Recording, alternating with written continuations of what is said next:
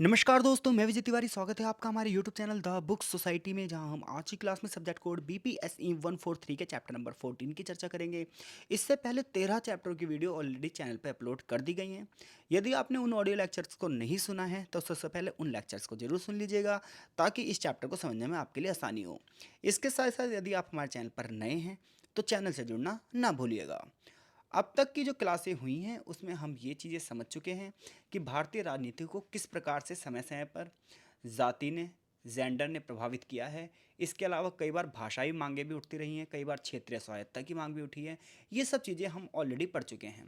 आज की क्लास में हम ये पढ़ने जा रहे हैं कि भारतीय राजनीति को जनजातियाँ किस प्रकार से प्रभावित करती हैं। तो इससे पहले ये चैप्टर शुरू हो, इससे पहले ये बताया जा रहा है कि जनजाति से हम क्या समझते हैं। तो देखिए, जनजातियों की बात किया है तो भारत के विभिन्न क्षेत्रों में भिन्न भिन्न प्रकार की जनजातियां हैं।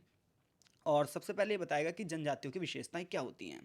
तो देखिए, जनजातियों को अलग अलग विशेषताओं के आधार पर परिभाषित किया जा सकता है, जिनमें से कुछ सिमिलरिटी हैं। जैसे कि जब भी हमारे माइंड में जनजाति की बात आती है तो हम ये कहेंगे कि जनजाति वे लोग होंगे, जनजातियों से जुड़े हुए वो समूह होंगे, वो कम्युनिटीज़ होंगी जो प्रकृति के नज़दीक होंगी, जिनका जुड़ाव सीधा सीधा नेचर से होगा। जो ये कहते हैं कि जल हमारा है, जंगल हमारा है, ये ज़मीन हमारी है और कोई ये हमसे नहीं छीन सकता।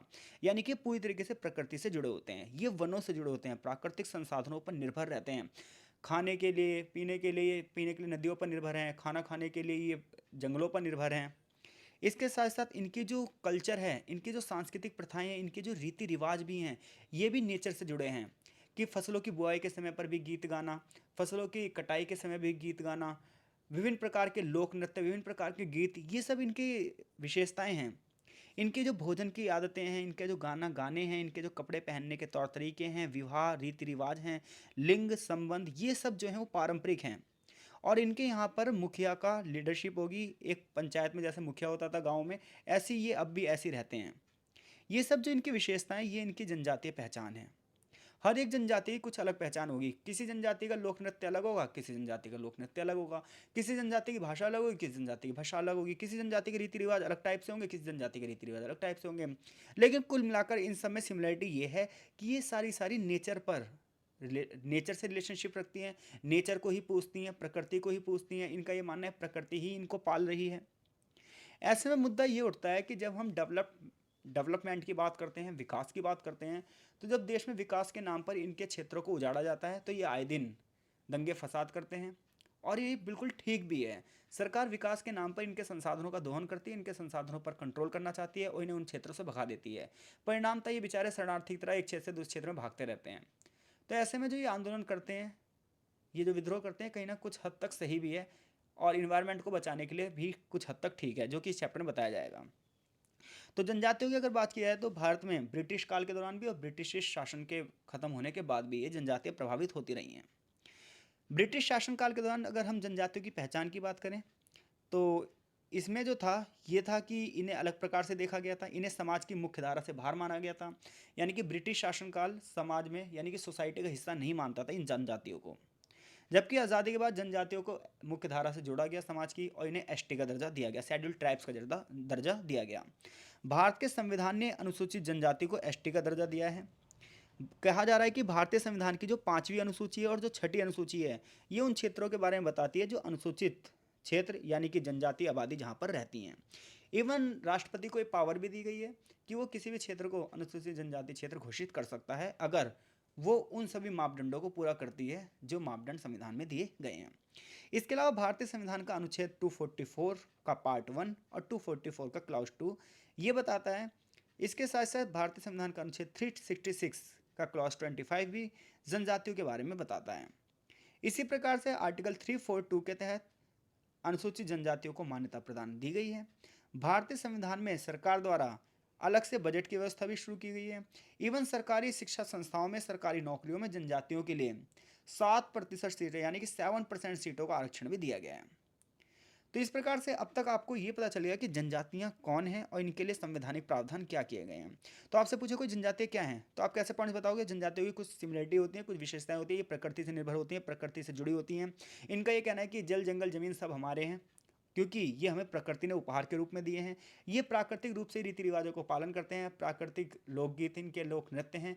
भारत के पूर्वोत्तर में चले जाइए, एमपी में चले जाइए, विभिन्न प्रकार की जनजातियां आपको दिखेंगी, जो कि आगे चैप्टर में बताया भी जाएगा।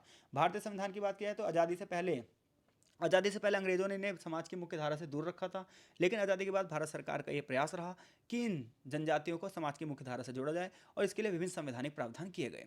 परिणामतः इन्हें एसटी का दर्जा दिया गया। ये सारी बातें हमने अब तक पढ़ी हैं। भारत में अनुसूचित जनजातियों की बात की जाए तो 700 से भी अधिक अनुसूचित जनजातियां हैं, जो लगभग भारत की जनसंख्या का 9% हैं। तो सरकार की जो पॉलिसीज रही हैं उसका इनके लिए विशेष प्रावधान किया गया सरकार की पॉलिसी में, ताकि इनको भी इनका लाभ मिल सके।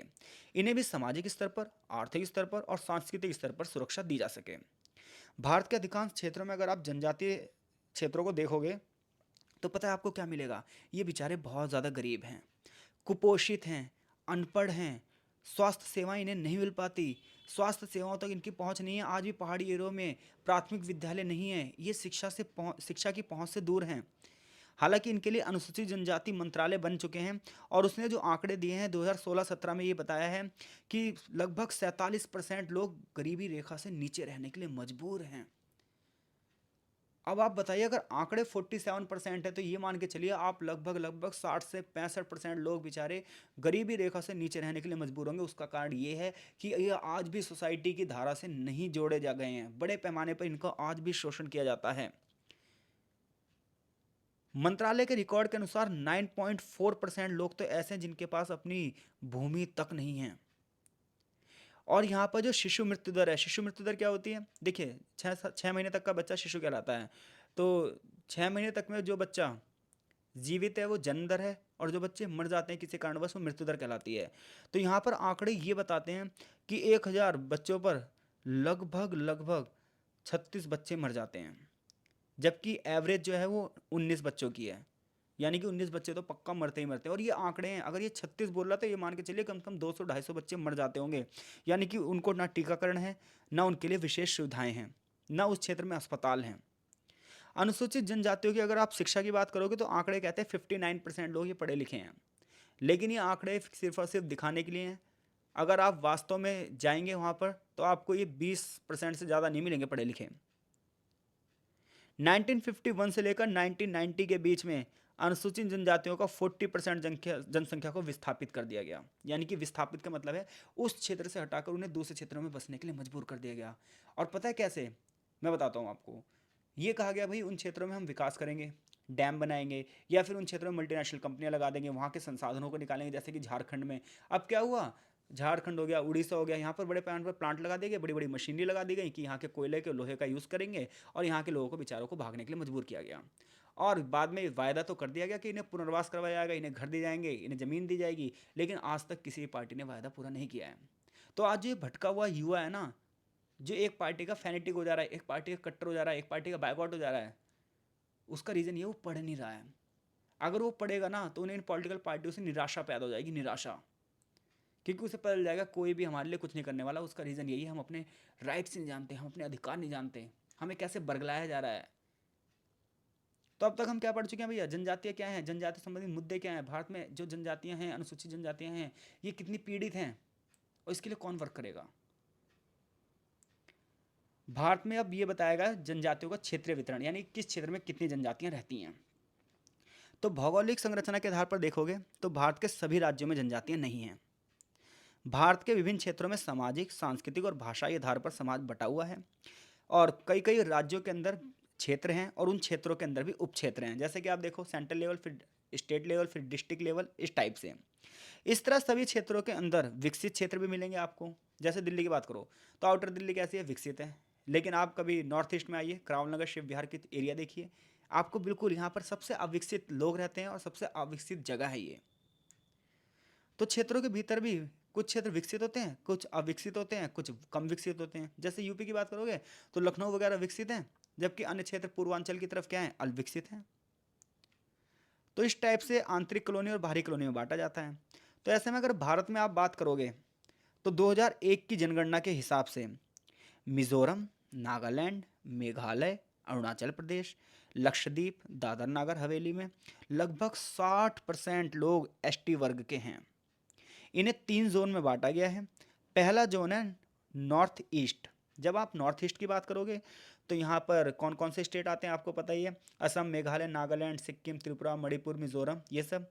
यहाँ पर खासी जनजाति रहती है, गारो जनजाति रहती है, नागा जनजाति रहती है, लेप्चा, भूटिया जैसी अनेकों जनजाति निवास करती हैं। ये हिस्सा कश्मीर और हिमाचल प्रदेश का हिस्सा है। इसके साथ नहीं, इसके अलावा कश्मीर और हिमाचल प्रदेश के हिस्से में भी जनजातियाँ पाई जाती हैं, माफ़ कीजिएगा। सेंट्रल जोन की अगर बात की जाए तो सेंट्रल जोन में जो स्टेट आते हैं वो आते हैं एमपी। एमपी के अलावा इसमें झारखंड और छत्तीसगढ़, उड़ीसा को भी जोड़ा गया है। यहाँ पर गारो पहाड़ियाँ हैं, राजमहल की पहाड़ियाँ हैं, जिसमें बहुत सारी जनजातियाँ रहती हैं, जैसे गौंड जनजाति। गौंड जनजाति को तो अभी यूपी में भी एसटी का दर्जा दिया गया है, जबकि ये पहले वहाँ पर एससी के दर्जे में थे। तो गौंड जनजाति है, भील जनजाति है, खोंड जनजाति है, भिया जनजाति है, मुंडा जनजाति हैं। ये सब कृषि व्यवसाय से जुड़ी हुई हैं, ये सेंट्रल जोन में आती हैं।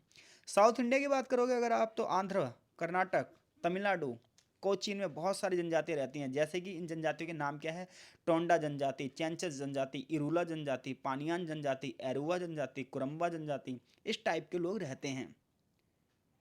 तो 700 भी ज़्यादा जाते हैं, यहाँ पर पूरी लिस्ट रखी गई है। भारतीय संविधान में 5वीं और 6ठी अनुसूची का संबंध जनजातीय क्षेत्रों से है। जैसे कि यहाँ आंध्र की जनजातियाँ, अगर आप कंपटीशन की तैयारी कर रहे हैं, किसी प्रतियोगी परीक्षा की तैयारी कर रहे हैं, तो आपके लिए तो ये ना बल्ले बल्ले है, लॉटरी से लग जाती है आप अगर इन चीज़ों को याद कर लो तो। जैसे कि आंध्र में बताया विशाखापट्टनम, ईस्ट गोदावरी, वेस्ट गोदावरी, आदिलाबाद, श्रीकाकुलम, विजयनगरम, महबूब नगर, यहाँ पर बड़े पैमाने पर अनुसूचित जनजाति क्षेत्र हैं, बहुत सारी जनजातियाँ रहती हैं। झारखंड में जाओगे तो दुमका, गोड्डा, देवगढ़, शाहबांज, पाकुर इत्यादि बहुत सारी जगह यहाँ पर दिया गया है, पलामू, गरवा, यहाँ पर बहुत सारी जनजातियाँ पाई जाती हैं। ये सब क्षेत्र हैं जो कि जहाँ पर जनजातियाँ पाई जाती हैं। तो आप दो दो चार चार याद कर लेंगे और ये लिख देंगे। यहाँ से अब तक जो चैप्टर से क्वेश्चन बने हैं उनकी चर्चा कर लेते हैं कि जनजातियों की विशेषताएं क्या हैं। क्या बताओगे आप, ये नेचर से डिपेंडेंट है। पहले वाले पैराग्राफ से आप आंसर लिखोगे, वीडियो को दोबारा सुन लीजिएगा। जनजाति के क्षेत्रीय वितरण की बात करो तो ये वाला पैराग्राफ बताओगे। तो अब तक हमने क्या पढ़ लिया भाई, जनजाति कौन है, जनजाति भारत के किन किन क्षेत्रों में निवास कर रही हैं और इनसे संबंधित प्रमुख मुद्दे क्या हैं। अब हम ये पढ़ने वाले हैं कि भारतीय राजनीति में जनजातियों का मेन मुद्दा है क्या, और इन जनजातियों को इनके अधिकारों के प्रति कैसे जागरूक किया जा सकता है, कैसे अवेयर किया जा सकता है। इसके साथ साथ इन जनजातियों की लामबंदी कैसे की जा रही है।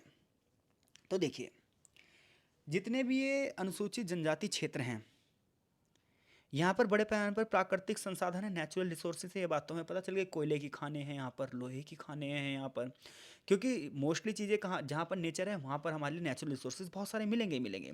तो ऐसे में जनजातियाँ जो हैं ये सामाजिक, आर्थिक और सांस्कृतिक रूप से बिल्कुल पूरी तरीके से प्रभावित होती हैं। यहाँ पर बहुत सारे खनिज हैं, मिनरल्स हैं, खदानें हैं, वन हैं। तो जब सरकार इन पर नियंत्रण करती है, इन खनिज के खानों पर नियंत्रण कर लेती है, वनों पर कंट्रोल कर लेती है, तो ऐसे में इन लोगों को अपना क्षेत्र छोड़कर दूसरे क्षेत्र में जाने के लिए मजबूर होना पड़ता है। परिणाम क्या होता है, इनका विस्थापन होता है। और जब देखिए, एक व्यक्ति जब दूसरे क्षेत्र में जाकर विस्थापित होता है तो उसके रीति रिवाज बदल जाते हैं, उसकी पहचान बदल जाती है, उसकी भाषा बदल जाती है। और ऐसे में वो बंदा पता है अलगाव की भावना से प्रेरित हो जाता है, उसके अंदर अलगाव की भावना आ जाती है, उसे लगता है कि वो अपने समाज से कट गया है। अब ऐसे में वो बंदा ना डिप्रेशन का शिकार हो जाता है। ऐसे में वो बंदा हिंसक रास्ता भी अपना सकता है। इसलिए आप देखोगे नॉर्थ ईस्ट में बड़े पैमाने पर हिंसाएं होती रहती हैं। ऐसे में इन जनजातियों की लामबंदी कैसे हुई है, यानी कि इन्हें इकट्ठा कैसे किया गया, इन्हें अवेयर कैसे किया गया है। तो देखिए, जब भी किसी पिछड़े हुए क्षेत्र की लामबंदी होगी तो उसमें पता है क्या होएगा, कुछ एनजीओ सेक्टर्स होंगे, कुछ लोग होंगे जो सामाजिक कार्यकर्ता होंगे, या कोई राजनीतिक दल भी हो सकता है, कोई संस्था भी हो सकती है जो इन लोगों को इनके अधिकारों के प्रति अवेयर करवाएगी, इन्हें इकट्ठा करेगी। तो विभिन्न क्षेत्रों में जो जनजातियों की लामबंदी हुई है वो अलग अलग स्तर पर अलग अलग हुई है, अलग अलग जगह पर भिन्नता इसमें पाई गई है। जैसे कि भारत के अधिकांश जो कम्युनिटियाँ हैं ये एक जैसी नहीं है, हमें पता ही है। तो कहीं पर ये विकसित हैं, कहीं पर अविकसित हैं। तो बहुत सारे राजनीतिक दल, नागरिक समाज संगठन, छात्र संगठन इस लामबंदी में महत्वपूर्ण भूमिका निभाते हैं, जैसे कि मैंने हाईलाइट भी कर रखा है। भारत में जनजातीय आंदोलनों की अगर बात की जाए तो आज़ादी से पहले भी भारत में जनजातीय आंदोलन हुए और आज़ादी के बाद भी। तो सबसे पहले हम आज़ादी से पहले की बात करेंगे। तो औपनिवेशिक शासन काल में जो ब्रिटिश थे ये इन जनजातीय क्षेत्रों का दोहन करना चाहते थे, यहाँ के संसाधनों पर नियंत्रण करना चाहते थे। ऐसे में क्या हुआ, इन्होंने इनका बड़े पैमाने पर शोषण किया और समय समय पर बहुत सारे विद्रोह हुए। आपने 1857 का विद्रोह सुना होगा कि 1857 में विद्रोह हुआ, खूब लड़ी मर्दानी वह तो झांसी वाली रानी थी, कुछ इस टाइप की पोएम सुनी होंगी आपने। लेकिन मैं आपको बता दूं, अगर आपने स्पेक्ट्रम पढ़ी हो मॉडर्न हिस्ट्री में तो आपको पता चलेगा 1857 के विद्रोह से पहले 100 से भी ज़्यादा छोटे छोटे विद्रोह हो चुके थे, और इनमें से लगभग 25 विद्रोह जनजातियों से रिलेटेड होंगे। जैसे कि मैं बताता हूँ आपको, यहाँ किताब में मैंने हाईलाइट कर रखा है। ऐतिहासिक रूप से देखा जाए तो जनजातियां जो थी राजनीतिक आंदोलन जमींदारों से उत्पीड़ित रहीं। बड़े पैमाने पर जमींदारी प्रथा थी, वो जमींदारी प्रथा की वजह से इनका उत्पीड़न किया गया, इनका बड़े पैमाने पर शोषण किया गया। तो ऐसे में इनकी संस्कृति यहाँ पर बताया गया है कि अगर हम उन्हें बांटें तो चार भागों में बांट सकते हैं। कुछ जनजाति ऐसी होती है जो कृषि से जुड़ी होती हैं, कुछ अपने कल्चर से, कुछ संस्कृति से और कुछ राजनीति से। तो जैसे कि आपने 18वीं सदी में बिहार में एक बहुत तगड़ा विद्रोह हुआ, 400 विद्रोह। इसी प्रकार से कोल जनजाति, उलगुलान जनजाति, हुल, बिरसा मुंडा, भगवान बिरसा मुंडा कहा जाता है, मोदी जी ने इनकी मूर्ति बनवाने का भी आदेश दिया है। तो बिरसा मुंडा के नेतृत्व में विद्रोह हुआ, इन्हें जेल में भी डाल दिया गया था। तो अंग्रेजी शासनकाल के दौरान ये कुछ विद्रोह थे, जैसे कि 400 विद्रोह अगर आप पढ़ोगे तो सन्यासी विद्रोह भी आपको मिलेगा। पश्चिम बंगाल में ताना भक्तों ने विद्रोह किया था। पश्चिम बंगाल में बहुत सारे आंदोलन हुए, ये साहूकारों के खिलाफ हुए, बाहरी लोगों के खिलाफ हुए। इसके अलावा जनजातियों ने यह तर्क दिया कि इनकी समस्याओं का हल तभी संभव है जब इन्हें शासन करने का अधिकार मिले, जब इन्हें स्वायत्तता मिले। ऐसे में 1930 में एक व्यक्ति था जयपाल सिंह, ये पढ़ा लिखा बंदा था। जयपाल सिंह ने डिमांड करी कि हमें हजारों सालों से दबाया गया है और अब हमें और नहीं दबना। हम जब भी अपना अधिकार, अगर हमें अपने अधिकार चाहिए तो हम में से ही किसी लोगों को शासन करना होगा, हमारे जैसे ही, क्योंकि हम अपने लोगों की जो समस्याएं हैं वो समझ सकते हैं और इसे सॉल्व करने का प्रयास कर सकते हैं। तो जयपाल सिंह ने बड़े पैमाने पर आदिवासियों का मुद्दा उठाया। इवन आगे चलकर ये संविधान सभा में भी आदिवासियों का मुद्दा उठाएंगे। आगे चलकर बड़े बड़े जनजातीय नेता आए जिन्होंने भारतीय संविधान के अंतर्गत, जब संविधान बन रहा था, तो जनजातियों के लिए स्वायत्त प्रांत और अलग राज्य की डिमांड करी। जैसे कि जयपाल सिंह ने संविधान सभा में एक महत्वपूर्ण भूमिका निभाई थी एसटी का दर्जा देने के लिए। 1949 में ऐसी एक पार्टी बनी, झारखंड पार्टी, जो कि जनजातीय राजनीति में एक मील का पत्थर थी। झारखंड पार्टी ने पहले आम चुनाव में एक जनजातीय पार्टी का भाग लिया, यानी कि एक जनजातीय पार्टी के रूप में झारखंड पार्टी पहली ऐसी पार्टी थी जिसने पहले आम चुनाव में भाग लिया। और पहला आम चुनाव का हुआ था 1952 में। और आगे चलकर इनकी डिमांड, 50 सालों की इनकी गहन तपस्या के बाद झारखंड को सन 2000 में अलग राज्य बनाया गया। इसी प्रकार से 1918 में नागाओं ने नागा क्लब की स्थापना करी थी। 1945 में इन्होंने नागा राष्ट्रीय समिति भी बनाई थी। नागाओं की डिमांड थी कि उनकी सांस्कृतिक पहचान की रक्षा की जाए, उन्हें राजनीतिक स्वायत्तता दी जाए। और आज़ादी के बाद उनकी डिमांड समाप्त हो गई। तो यानी कि आज़ादी से पहले की आप बात करोगे तो बड़े बड़े जमींदारों, बड़े बड़े साहूकारों के खिलाफ ये आदिवासी विद्रोह होंगे। आज़ादी की बात की जाए तो आज़ादी के बाद पर्यावरण के लिए, राजनीतिक स्वतंत्रता के लिए, संसाधनों पर हमारा अधिकार हो तथा विस्थापन से संबंधित मुद्दों पर आंदोलन हुए हैं। और ऐसे में 3 प्रकार के मुद्दे होते हैं, और ये मुद्दे ये हैं कि जब व्यक्तियों का विस्थापित होते हैं तो इनकी अर्थव्यवस्था पर बुरा प्रभाव पड़ता है, इनकी सांस्कृतिक पहचान पर बुरा प्रभाव पड़ता है। इसीलिए ये चाहते हैं कि अपने डिसीजन खुद लें, ये अपने निर्णय खुद लें, ये अपनी सरकार चलाएं और केंद्रीय सरकार में भी इनकी भागीदारी हो। अब यहाँ पर कुछ उदाहरण दिए गए हैं नॉर्थ ईस्ट में जो जनजातीय आंदोलन भारत में हुए हैं। तो नॉर्थ ईस्ट की अगर हम बात करें तो यहाँ पर हमें असम के बारे में थोड़ा सा पढ़ाया जाएगा। तो असम की बात की जाए तो पिछले कुछ चैप्टर में भी हमने असम के बारे में पढ़ा है। तो भारत में जितने भी जनजातीय आंदोलन हुए हैं, इनमें इनकी सबसे बड़ी डिमांड रही है कि इनकी संस्कृति की रक्षा की जाए। दूसरी इनकी सबसे बड़ी डिमांड ये रही है कि इन्हें राजनीतिक रूप से स्वतंत्र दिया जाए, ये अपने डिसीजन खुद लें, अपने राज्यों में इनकी केंद्र सरकार हस्तक्षेप ना करे। इसके लिए 5वीं 6ठी अनुसूची बनाई गई है। इसके अलावा कई बार ये विद्रोह कर देते हैं, फिर भी जब इनकी बातें नहीं मानी जाती, निर्जातीय विवाद होते रहते हैं, हिंसा आप देख सकते हैं नॉर्थ ईस्ट में।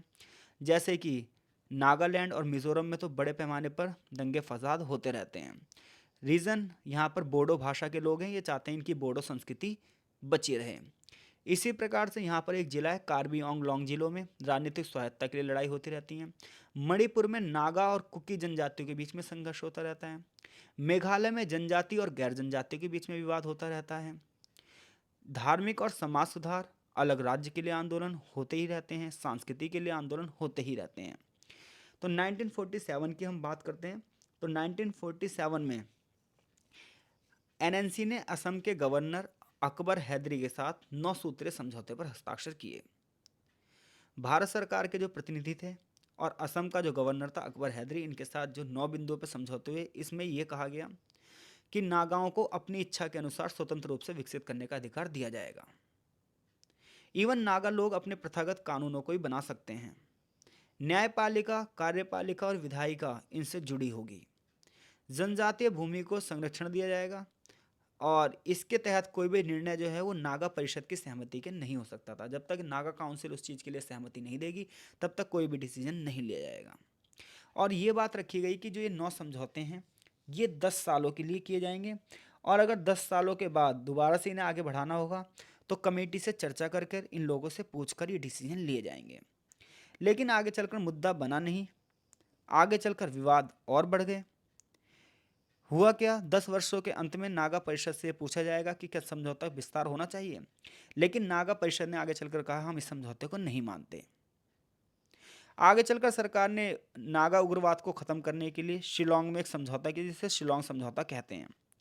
शिलोंग समझौते के अनुसार नागाओं ने भारतीय संविधान को मान लिया। सरकार ने भी नागा राजनीतिक कैदियों को रिहा कर दिया जो विद्रोही थे। तो इस प्रकार से जो नागा की समस्या है वो कई कई बार उठती रहती है और वर्तमान में भी ये समस्या बनी हुई है, अभी तक इसे सॉल्व नहीं किया गया है। इसके अलावा जो NCCN है, जो यहाँ की पार्टी है, इन्होंने नागालैंड का गठन किया और ये ग्रेटर नागालैंड की डिमांड करते हैं। ग्रेटर नागालैंड का मतलब ये है कि आसपास के राज्यों में जहाँ जहाँ नागा जनजाति रहती है, चाहे असम हो, मणिपुर हो, अरुणाचल हो, इन सबको ग्रेटर नागालैंड के हिस्से में शामिल किया जाए। हालांकि इस मुद्दे को लेकर और स्टेट सहमत नहीं है, इसलिए समस्या बनी हुई है। तो नागालैंड की जो समस्या ये थी। अब हम बात कर रहे हैं असम की समस्या की। तो देखो, असम में जो समस्या है ना वो दो टाइप की है। एक तो असम में ये समस्या है कि बाहरी लोग यहाँ पर आके बस गए हैं। दूसरी समस्या जो असम के अंदर है वो बोडो जनजाति को लेकर है। बोडो की अगर बात की जाए तो बोडो मुख्य रूप से कोकराझार, बक्सा, चिरांग और उदलगढ़ जिलों में रहते हैं। इसके अलावा असम और कार्बी के मैदानी इलाकों में, कार्बी अंगलोंग के पहाड़ी जिलों में ये लोग रहते हैं। असम के पहाड़ी क्षेत्र की स्वदेशीय जनजातियों की बात की जाए तो उनमें से एक बोडो जनजाति रही है। तो ये जगह के नाम है, देखो ये आपको ऐसे याद करने पड़ेंगे। बोडो लोगों का ये कहना है कि असम के तहत जो इन्होंने संघर्ष किया है, इवन 1980 में, जो 1979 में इन्होंने आंदोलन किया था असमी लोगों के साथ, उस समझौते में इन्हें कुछ नहीं मिला जो असम को मिला। देखो मुद्दा ये हुआ था 1971 में भारत पाकिस्तान युद्ध हुआ तो 80 लाख शरणार्थी बांग्लादेश में आके रहने लगे। बांग्लादेश के 80 लाख शरणार्थी यहाँ आकर रहने लगे, तो ये असम के आसपास के इलाकों में बहुत बड़े पैमाने पर बस गए थे। असम के लोगों को लगने लगा यार इनकी संख्या ज़्यादा है, हमारी संख्या कम है, हम अपने क्षेत्र में बेगाने हो जाएंगे और ये लोग एक दिन हमारी कल्चर भी ख़त्म कर देंगे, हमारी भाषा भी ख़त्म हो जाएगी और हमारे जो रिसोर्सेस है उस पर भी ये कब्जा कर लेंगे। ऐसे में इन लोगों ने 1979 में ऑल असम स्टूडेंट यूनियन का गठन किया और पता क्या करा, इन्होंने आंदोलन कर दिया, इसे असम आंदोलन कहते हैं। तो 1985 में जब राजीव गांधी जी की सरकार बनी तो इनके बीच में एक समझौता हुआ जिसे हम असम समझौता कहते हैं। इस समझौते के बाद ये निर्णय लिया गया कि बाहरी लोगों को यहाँ से निकाला जाएगा, लेकिन हुआ कुछ नहीं। अब बोडो लोगों को ये लगने लगा, अब जो सीएम बने आगे चलकर वो असमी लोग बन गए, असमी समुदाय से बना बंदा। तो बोडो लोगों को लगने लगा कि भैया क्या कहते हैं, हमारे साथ अन्याय हुआ है और हमारी पहचान असम में हो ही नहीं सकती। तो ऐसे में बोडो लोगों ने अपनी सुरक्षा के लिए, अपनी सांस्कृतिक पहचान के लिए, अपनी राजनीतिक स्वायत्ता के लिए बोडोलैंड की डिमांड करी। हालांकि डिमांड आज तक नहीं मानी गई है और इसी को लेकर मतभेद बने रहते हैं। ज़्यादा पढ़ना है आपको तो संजीव बरुआ की एक किताब है इंडिया अगेंस्ट इटसेल्फ, लगभग हर चैप्टर में इस किताब की चर्चा की गई है। तो बोडो लोग बोडो संस्कृति और अपनी भाषा की मान्यता रखते हैं। वो अपने शिक्षा और आर्थिक विकास के अवसरों की बात करते हैं। बोडो आबादी को राजनीतिक स्वायत्ता की बात अभी तक नहीं मानी गई है, लेकिन फिर भी 1993 में, 2003 में और 2020 में लगभग 3 समझौते हो चुके हैं। पूर्वोत्तर के अलावा अन्य भागों में भी जनजातीय आंदोलन चलते रहते हैं और उसमें जो मुद्दे होते हैं वो वही मुद्दे होते हैं कि सांस्कृतिक, सामाजिक, अर्थव्यवस्था और आधुनिकीकरण को लेकर। जैसे कि प्राकृतिक संसाधनों का दोहन किया जाता है, इन्हें विस्थापित किया जाता है, वनों की कटाई की जाती है, कोई क्षेत्र पिछड़ा रह गया है। तो ये लोग अपनी पहचान और सामाजिक न्याय के लिए आंदोलन करते हैं। MP, छत्तीसगढ़, झारखंड, गुजरात, राजस्थान में ऐसे विभिन्न मामले हम देख सकते हैं जहाँ पर आए दिन दंगे फसाद होते रहते हैं। तो प्राकृतिक संसाधनों की सुरक्षा होनी चाहिए, इसके लिए झारखंड मुक्ति मोर्चा ने लामबंदी करी थी। झारखंड मुक्ति मोर्चा को ही शॉर्ट में लिखा है यहाँ पर JMM। इसकी स्थापना एक बंगाली मार्क्सवादी ट्रेड यूनियन था जिसका नाम था शिबू सोरेन कुर्मी, और एक था इनका महतो नेता विनोद विहारी। तो इन दोनों ने मिलकर इसकी स्थापना करी थी और इसने यही मुद्दा उठाया था कि संसाधन झारखंड के हैं और कंट्रोल MNC कंपनियों का है, बाहरी लोगों को नौकरी दी जा रही है, बाहरी लोगों का कंट्रोल किया जा रहा है, हम लोगों को कुछ नहीं मिल रहा। यही मुद्दा सेम छत्तीसगढ़ में भी था। अगर आप मध्य प्रदेश में देखोगे तो गोंड भील जनजातियों ने अपने क्षेत्र के उपेक्षा के खिलाफ आंदोलन किया है, गरीबी, भुखमरी, बेरोजगारी के खिलाफ आंदोलन करा है। ओडिशा में जो जनजातीय आंदोलन हुआ उसका प्रमुख कारण MNC कंपनियां थीं। 1983 में ओडिशा में बॉक्साइट का खनन शुरू हुआ और बड़े पैमाने पर यहाँ के लोगों को यहाँ से हटाया गया। तो ऐसे में बड़ी बड़ी जो परियोजनाएं चलती रहती हैं, इसके लिए आंदोलन होते रहते हैं। तो अगर आ जाए जनजातीय आंदोलन के कारण बताइए तो ये सब आप लिखोगे। लास्ट पैराग्राफ है इस चैप्टर का कि क्षेत्रीय विकास क्या जनजातीय निवास क्षेत्र में महत्वपूर्ण भूमिका निभाता है? तो देखो, सरकार क्षेत्रीय विकास के माध्यम से एक क्षेत्र को चूज करती है और वहाँ पर बड़े बड़े प्लांटों का स्थापना करवाती है, सड़कों का निर्माण करवाती है, डैम प्रोजेक्ट लगाती है और बदले में वहाँ के लोगों को वहाँ से विस्थापित कर देती है। ऐसे में जनजातीय जो हैं लोग, जो एसटी लोग हैं, जो प्रकृति से जुड़े हुए लोग हैं, आदिवासी जो लोग हैं, मूल निवासी जो लोग हैं, ये लोग इन्हीं लोगों के लिए, इसी चीज़ों के लिए आंदोलन करते हैं। तो यहाँ से यहाँ तक यही करा गया है। सरकार समय समय पर इनके लिए कानून वगैरह बनाती रहती है। हालांकि ये कानून कागजों में रह जाते हैं, ज़मीनी स्तर पर इनको लागू नहीं किया जाता। चैप्टर में प्रश्न जो बनता है वो ये बनता है, जनजातीय आबादी के इलाकों की प्रमुख चुनौतियाँ क्या हैं, या जनजातीय राजनीति के प्रमुख तरीकों की पहचान कीजिए। आगे चैप्टर में सारांश दिया गया। आई होप सो चैप्टर से कोई भी प्रश्न आएगा आप उत्तर देने में समर्थ हैं। आपकी कोई क्वेरी होगी तो आप टेलीग्राम ग्रुप में मुझसे पूछ सकते हैं। तो मिलते हैं आपसे इस बुक के अंतिम चैप्टर के साथ। तब तक के लिए आपका बहुत बहुत धन्यवाद।